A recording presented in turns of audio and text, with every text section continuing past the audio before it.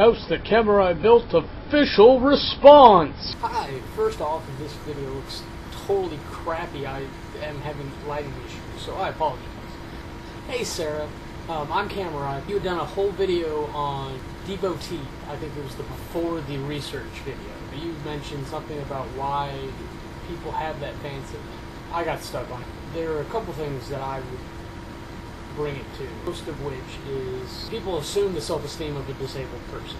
It doesn't mean that that's a true assumption, it just means that they assume. There's a high correlation of people who have low self-esteems that develop better personalities. So those people are often thought of more desirable. The other is a person with low self-esteem is often more vulnerable or in more need, I'll say emotionally, than other people, which makes them desirable for people that are legitimate and desirable for jerks who want to get in there and use somebody.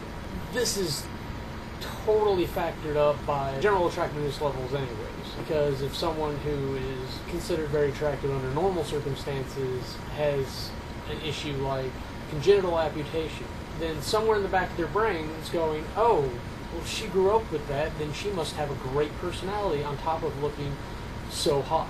The other thing is that I think there's a dominance factor, because I think there's a dominance factor in every situation.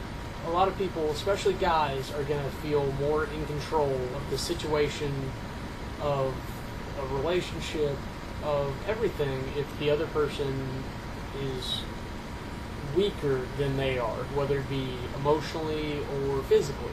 Growing up with conditions such as yours would put you in a situation where other people may think of you as weaker because you're disabled. So that makes them feel stronger than they would be in a relationship with someone who is not disabled. In the back of their head somewhere, they come up with the idea that like they could overpower you if need be. In fairness, that is a situation that is much more common with males going against females, but it's going to go the other way as well.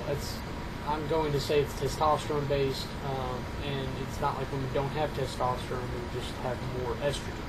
I think of one female offhand that I know in particular that would much rather be dominant. And I'm going to put a link to her channel here. Moving on. But there's also a room for emotional dominance there as well. Because you have that disability, someone may assume that you have issues because of it, that you don't feel normal, you don't feel like you fit in or belong, or a dozen silly things that you may or may not actually feel. A jerk or someone who's looking for someone who's vulnerable is going to try to exploit that to make themselves feel good and or get a little something something. So we've got an esteem factor and a dominance factor, which is really two faces of the same coin.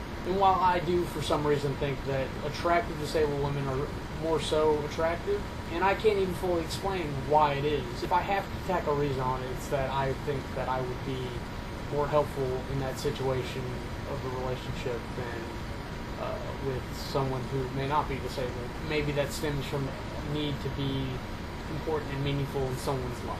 I'm not hung up on the idea of like must find disabled person or anything like that. But Sarah, you seem like a smart, intelligent girl that's managed to stay strong and independent through a disability, and you have my respect for that.